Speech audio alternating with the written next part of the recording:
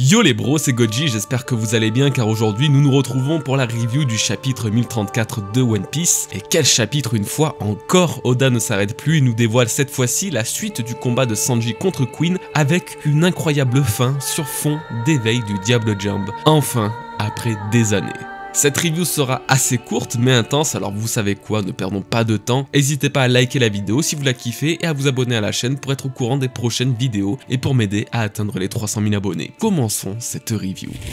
Momonosuke revient enfin brièvement sur le devant de la scène. Sa situation n'a guère évolué, rappelez-vous, il souhaitait utiliser les pouvoirs des flammes du dragon pour soulever l'île d'Onigashima à la place de Kaido et ainsi éviter une catastrophe. Cependant, malgré sa taille bien plus conséquente et son âge avancé que Shinobu lui a conféré grâce à son fruit du démon, il ne parvient pas à maîtriser ses pouvoirs aussi bien que Kaido et échoue à générer des nuages aussi gros que lui. Alors Momonosuke utilise une autre stratégie, se servir des nuages que Kaido a déjà créés pour stopper l'île en tirant dessus. Une idée simple mais brillante qui lui permettra sans doute d'arriver à ses fins, mais au final ce qui est le mieux fait dans cette histoire c'est qu'Oda nous disait cette scène depuis plusieurs chapitres. En effet, chaque plan de l'île entière d'Onigashima montrait également Momonosuke combattant pour retenir cette île. Des petites scènes sur lesquelles on ne se focalise pas nécessairement mais qui ont beaucoup de sens aujourd'hui. L'action de Momonosuke m'a également plongé dans un flashback, celui des rois des mers retenant le Noah qui allait s'écraser sur l'île des hommes poissons. Le scénario est actuellement exactement similaire. Un pays menaçant de se faire détruire par une collision que des monstres retiendront par des chaînes. Alors on sait qu'Oda a tendance à recréer des parallèles entre certains arcs, les plus connus étant l'arc d'Alabasta et l'arc de Dressrosa. Alors à quel point l'arc de l'île des hommes poissons pourrait-il être proche de celui de Wano Kuni? Tout d'abord il faut savoir que l'histoire du royaume Ryūgu et toutes ses références mythologiques sont inspirées des légendes japonaises. Et Wano Kuni est justement l'île où les mythes japonais prennent vie à chaque chapitre. Ensuite c'est sur l'île des hommes poissons que le nom de Joy Boy est révélé pour la toute première fois, et c'est à Wano Kuni qu'il a été cité et expliqué plus en détail.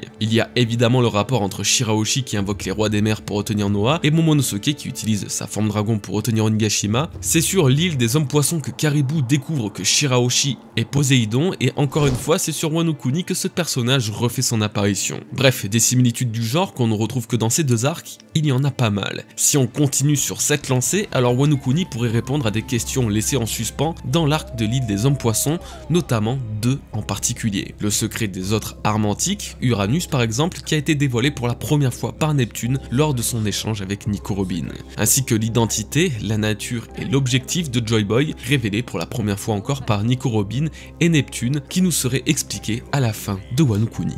L'arc dans lequel évolue Luffy actuellement est une passerelle directe vers les plus grands secrets de One Piece. Après avoir vécu le flashback de Roger, de Oden, de Barbe Blanche tout en ayant les plus grandes révélations liées à la fin du manga, Wano Kuni est incontestablement l'endroit où l'histoire finale de cette œuvre commence à se tisser. Quoi qu'il en soit, j'ai cette intime impression que les hommes poissons et les habitants de Wano Kuni ont un lien particulier. Ça ne date pas d'hier puisque déjà en 2017, je voyais en Shirahoshi et Momonosuke des caractères et une histoire relativement similaires. Alors j'attends la fin de la guerre d'Onigashima pour me prononcer davantage, mais je ne serais pas étonné de voir plusieurs nouveaux liens secrets entre ces deux peuples et leur histoire. Concernant Momonosuke, il arrivera sans doute à freiner et même porter Onigashima s'il le faut, mais pour ça il devra déployer une force enfouie en lui qu'il n'a encore jamais révélée jusqu'à présent.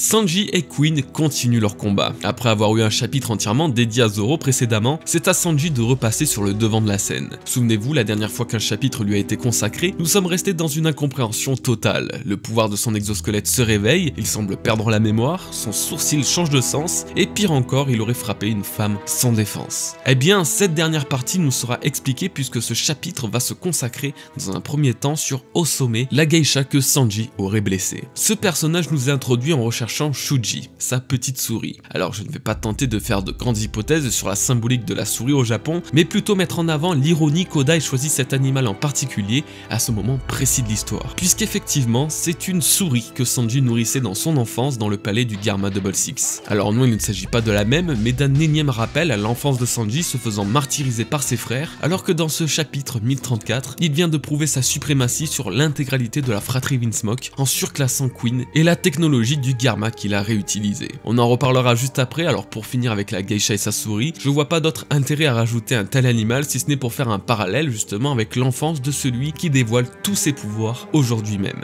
Mais alors, Sanji est-il réellement à l'origine de la blessure d'Osome? Après tout, c'était le gros événement du chapitre 1031, et ce mystère ne le restera pas longtemps puisque Oda nous apporte une réponse à cette question, ce n'était nul autre que Queen qui en était à l'origine.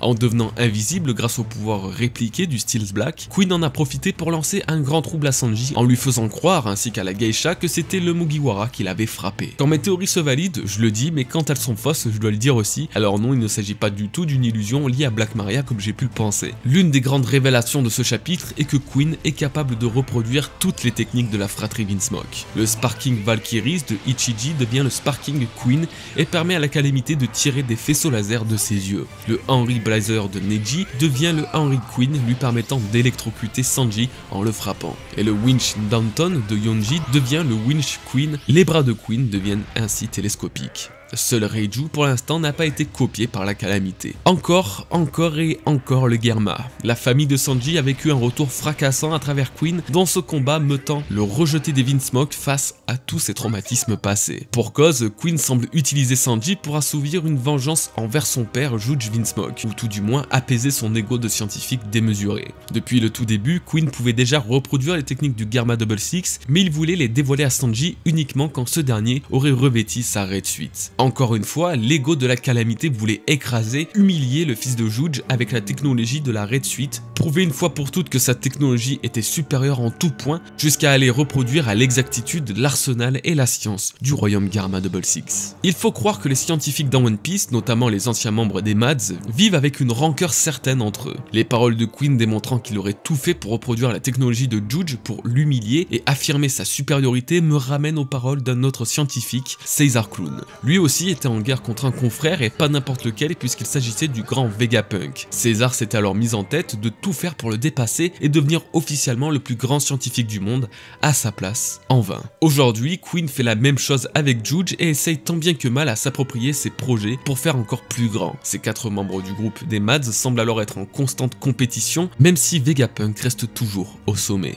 Je dois avouer que de base, à ma première lecture, je n'étais pas satisfait de voir la technologie du Germa être réutilisée aussi facilement. Mais avec du recul, il s'agit incontestablement de la meilleure chose qui aurait pu arriver pour Sanji. Car c'est aujourd'hui qu'il va pouvoir prendre sa revanche sur son père, ses frères et toute cette technologie ayant laissé les séquelles que l'on connaît. Cette revanche sur eux, cette supériorité face à la science, Sanji pourra la prendre en battant Queen avec tous les pouvoirs des Vinsmoke combinés. La symbolique ultime pour prouver une fois de plus et une fois pour toutes que Sanji leur est supérieur en tout point. L'être ultime mêlant à la fois les pouvoirs de la science mais surtout toute la sensibilité et l'humanité dont il dispose. Et il le prouve une fois encore dans ce chapitre en parvenant à contre-attaquer Queen, lui infligeant des dégâts colossaux. Son Hell Memories ayant déjà fragilisé le commandant de Kaido, la nouvelle puissance de Sanji est plus que jamais à la hauteur des ailes du roi des pirates. Mais ça, ce n'est que le début. Queen utilise désormais une dernière technique du Germa Double Six, l'invisibilité de Steel's Black, la technique conférée par le Red Suite de Sanji. Évidemment, si elle est parvenue à recréer tous les pouvoirs des Vinsmoke, celui de Sanji n'allait pas être oublié, et c'est grâce à ce pouvoir maudit qu'il a pu blesser sans être démasqué la geisha quelques chapitres plus tôt.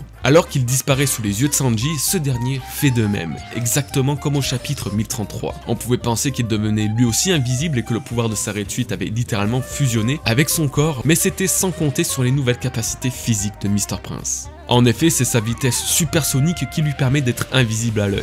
Queen ne parvient plus à le suivre des yeux et le champ de bataille étant agité quelques secondes plus tôt devient étonnamment calme. À un tel point que la geisha que Queen s'apprête à attaquer à nouveau pense que le combat s'est délocalisé ailleurs puisque cette pièce semble vide. Prêt à passer à l'action, la calamité se fait arrêter in extremis par un Sanji littéralement diabolique, utilisant pour la première fois sa nouvelle technique, Ifrit Jump. L'évolution du Diable Jump permet au Mugiwara d'enchaîner la calamité de coups puissants et rapides comme il ne l'a jamais fait auparavant pour terminer par le Buff Burst, une attaque qui enverra valser Queen dans le feu, les éclairs et l'explosion générée par le Ifrit Jump. Le chapitre se clôt ainsi et nous allons devoir attendre 2 semaines avant l'apparition d'un nouveau chapitre. Le 19 juin 2006. C'était il y a plus de 15 ans que Sanji dévoilait pour la première fois le Diable Jump, une technique emblématique qui le suivra toutes ces années dans tous ses plus importants combats. Il aura fallu attendre presque 16 ans avant qu'il nous dévoile la nouvelle forme du Diable Jump, son évolution directe, le power-up ultime. Je vous en ai souvent parlé depuis le début de son combat contre Queen et encore plus depuis quelques reviews, je voyais parfaitement un nouveau power-up du Diable Jump, le faisant passer à un niveau totalement supérieur et c'est confirmé à nouveau aujourd'hui. Une évolution du Diable Jump est à prévoir. Après tout, Sanji et Zoro ont dévoilé respectivement le Diable Jump et Ashura au même moment de l'histoire sur Enies Lobby. Zoro ayant réutilisé une forme encore plus puissante de Ashura récemment face à Kaido, il serait temps à Sanji d'actualiser sa botte secrète. Ce n'est plus le diable qui a l'honneur mais un Efrit, un puissant démon provenant des enfers de la mythologie islamique. Son rapport avec le diable n'est cependant pas très éloigné puisque l'Ifrit, bien que peu de choses soient connues à son sujet, est un démon considéré comme fourbe, sournois et malicieux. Sa puissance cependant est absolument extraordinaire et Sanji nous montre que le niveau qu'il a atteint est très largement supérieur à quelques chapitres auparavant au point que lui-même le réalise. La combinaison de son exosquelette, de sa force améliorée et de sa super vitesse lui permet des prouesses qu'il n'aurait jamais pu effectuer avant. L'Ifrit Jump est le résultat de la protection accordée par l'exosquelette ainsi que de son acquis de l'armement et grâce à cela et d'après Sanji, ses flammes peuvent être alors bien plus chaudes qu'elles ne l'ont jamais été. Cela signifie alors que Sanji peut augmenter l'intensité de ses flammes comme bon lui semble. Il contrôle alors désormais mieux cet élément, ce qui lui a permis d'éveiller son Diable Jump. Quand je vous avais annoncé l'éveil du Diable Jump dans certaines reviews, je mettais également l'accent sur la transformation enflammée de Sanji. Ce serait son ultime attaque, Sanji serait entièrement recouvert d'un puissant feu. C'était un running gag à l'époque de Thriller Bark, mais je suis convaincu que ça deviendra une part entière de son évolution, surtout suite aux révélations des Lunaria que nous avons eues récemment. Je pense que le combat n'est pas totalement fini et qu'il manque encore un seul coup pour achever Queen, alors Sanji pourrait dévoiler encore une nouvelle technique très prochainement. Ce qu'on peut noter, c'est qu'Oda profite de la guerre de Nigashima pour améliorer toutes les techniques des Mugiwara qui ont été dévoilées à Enies Lobby.